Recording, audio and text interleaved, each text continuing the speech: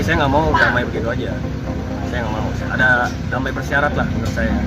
Jadi saya ingin ngajak dia lanjut di atas ring. Di baku hantam championship nanti di acara saya sekalian.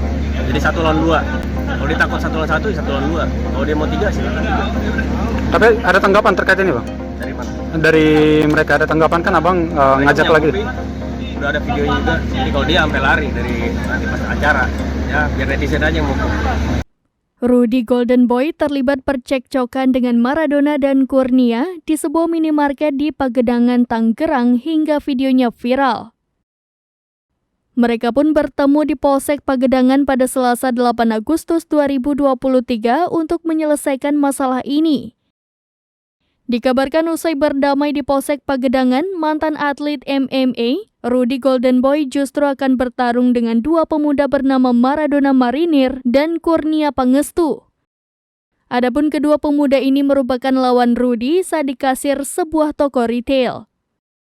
Perkelahian kedua pihak pun viral di media sosial. Meski berdamai di Polsek, Rudy menyebut dirinya mengajak keduanya bertarung di atas ring.